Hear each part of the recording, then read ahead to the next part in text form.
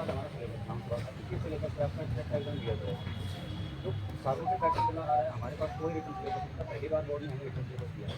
अब जब हम एग्जाम में जाके बैठे तो वहाँ पे हिंदी और इंग्लिश का जो सेक्शन था, उसमें जो सिलेबस में मेंशन था उसमें से एक भी क्वेश्चन नहीं था। सिलेबस में सीडीपी मेंशन थी, हिंदी की और हिस्ट्री की मेंशन थी, इंग्लिश एक भी क्वेश्चन नहीं है। पहले से प्लस वो पैराग्राफ वो पैराग्राफ से हम लिख दिया हम पोइट्री से लिखते हैं ये सिलेबस में दोनों थे।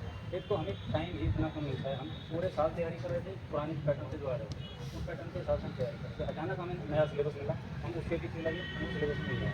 अब पेपर में पूछ रहा है, पूछ लिया गया पूरा हिंदी ग्रामर और इंग्लिश ग्रामर, जो कि सिलेबस में है। तो मैडम हम आपको रिक्वेस्ट कर रहे हैं, या तो हम दोबारा हमारा एग्जाम लिखिए, हम चाहते हैं, या फिर आप पहले भी ऐसा हुआ कि आउट ऑफ सिलेबस 2017 में TJT पंजाबी उसने 21 नंबर का ग्रेड किया, तो हम आपसे रिक्वेस्ट करते हैं 30 मार्क्स का ग्रेड जो सिलेबस में नहीं है उसके लिए बुक हमारे पास जैसे हमारी लैंग्वेज में पेपर था तो लैंग्वेज में यहाँ पे 30 नंबर का मेंशन कर रखा था। जैसे लैंग्वेज 1 हिंदी होगी, इसमें लैंग्वेज कॉम्प्रिहेंशन क्वेश्चन दे रखे थे, प्लस ये था पेडागोजी यानी कि जो साइकोलॉजी का पार्ट होता है टीचिंग और में। ऐसे एक भी क्वेश्चन ऐसे ही इंग्लिश में ऐसे ही मेंशन था कॉम्प्रिहेंशन प्लस फिर हमारे पास तीनों लेवल के क्वेश्चन है जो अभी हुए थे। इसमें मैम ये देखो 31 से शुरू होगा हिंदी का, तो यहाँ पे हिंदी ग्रामर दे रखी, कहीं पे पैराग्राफ नहीं है और कहीं पे पोइट्री वाला वो सेक्शन नहीं है और ना ही पेडागोजी है।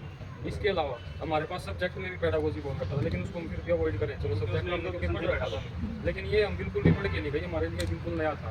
और जो एस्टेट का पेपर होता है क्वालिफाइंग पेपर होता है, अब मान लो कोई नौकरी का पेपर होता है सबके लिए मुश्किल आया तो मेरिट नीचे आ गई, सिलेक्शन तो नहीं होता हुआ, लेकिन इसमें क्या हमें 90 नंबर लेने चाहे सबके आ जाए चाहे मेरे एक आ जाए। अगर इसमें से अब पहले हमें लेने थे 150 में से 90 नंबर, अब हमें 120 में से 90 नंबर लेने पड़े, इसलिए हमारा रिजल्ट परफेक्ट हो रहा है। तो हमें 30 मार्क्स की ग्रेस दी गई।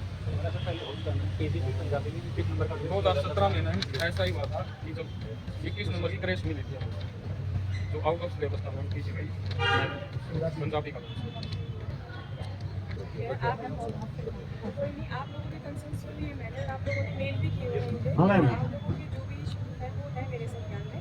मैं आपको ये बताना चाहूँगी, आप लोगों के लिए हमने एक्सपर्ट्स बिठाए हैं, तो आप हिंदी का और इंग्लिश का स्पेसिफिकली कह रहे हैं, हाँ मैम। सब्जेक्ट्स के भी बिठाए हैं। तो वो जो पेपर्स में जैसे ही हमारे एक्सपर्ट का ओपिनियन आ जाएगा उस हिसाब से हम लोग आगे की कार्रवाई करेंगे आप लोगों की। तो ऐसा नहीं है जो भी आपके इशूज़ है उनको साइडलाइन करके रिजल्ट आएगा, ऐसा नहीं होगा। एक्सपर्ट के ओपिनियन को और आप लोगों के इशूज़ को संज्ञान में रखते हुए हम लोग रिजल्ट कराएंगे। मैम ऐसा बायोमेट्रिक से पहले हो जाएगा, जैसे बोर्ड पहले बायोमेट्रिक करवाते हैं, माने तो कोई फायदा ही नहीं है ना भाई। बायोमेट्रिक से पहले बायोमेट्रिक हो जाएगा जी, जैसे एक्सपर्ट का हो जाएगा।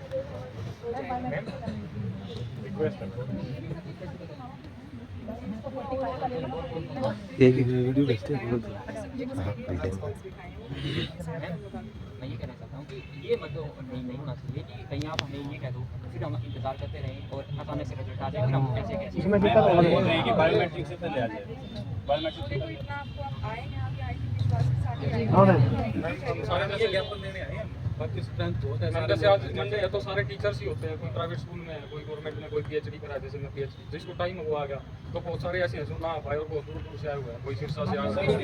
और मैं भी सारे बच्चे ऑलमोस्ट एक पेपर की चीज़ है, आई थिंक ज़्यादा मैंने मतलब किया चेक भी किया है, हरियाणा जो है वो सबसे ज़्यादा आप लोग अपनी क्या मीनवाइल जो आपका हिंदी और इंग्लिश का है ये जल्दी हम लोग करके आपको बताएंगे। मैं बायोमेट्रिक से पहले करवा दीजिए। हो जाएगा। Thanks ma'am. देंगे देंगे। तो वीडियो